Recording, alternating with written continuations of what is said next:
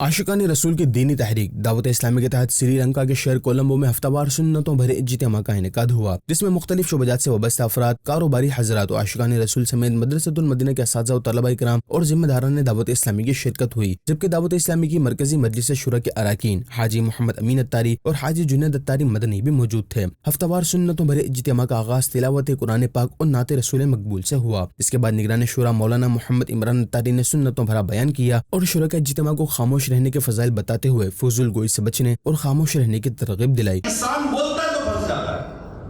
آپ کیلکولیٹ کر لیں اپنے تمام تر فیملی ایشوز کو، آپ بول کر ہی پھنسے، اور بعد میں جب خدا نہ خاصا گھر ٹوٹ جاتا ہے نا، اگر گھر بھی بول کر ہی ٹوٹا ہے نا، اس سے 3 الفاظ ہی بولے جو اس نے بولا میرے کو چھوڑ دو، تو کسی نے کوئی ایسی بات کی ضرور ہے کہ جس سے تعلقات خراب ہو گئے، گھر برباد ہو گیا۔ ہم بول کر ہی اپنا گھر خراب کر رہے ہیں۔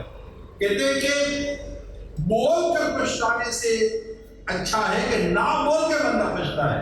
دوران بیان نگران شورا نے غیبت اور لڑائی جھگڑے سمیت دیگر گناہوں سے بچنے اور بات بات پر شکایت رہنے سے بچنے کی ترغیب دلائی۔ ہر بات پہ بولنا، ہر بات پہ ٹوکنا، ہر بات پر شکایت کرنا، یہ گھر ہے، کمپلینٹ سینٹر نہیں ہے۔ کمپلینٹ سینٹر کسی بھی کمپنی کے اندر ہوتا ہے، گھر کمپلینٹ سینٹر نہیں ہے کہ جس کو دیکھو کمپلینٹ سینٹر کا کمپلینٹ کاؤنٹر بنایا ہوا ہے کہ جناب میری یہ پرابلم، میرا یہ پرابلم، اس سے یہ بول دیا، اس سے وہ بول دیا۔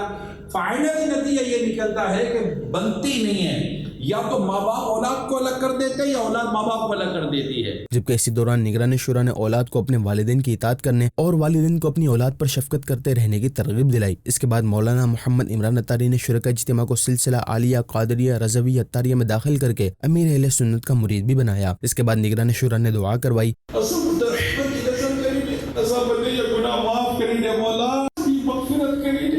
سنتوں بھرے اجتماع کے بعد شرکا اجتماع نے نگران شورا سے ملاقات کی سعادت بھی پائی۔ دعوت اسلام تیرے دھوم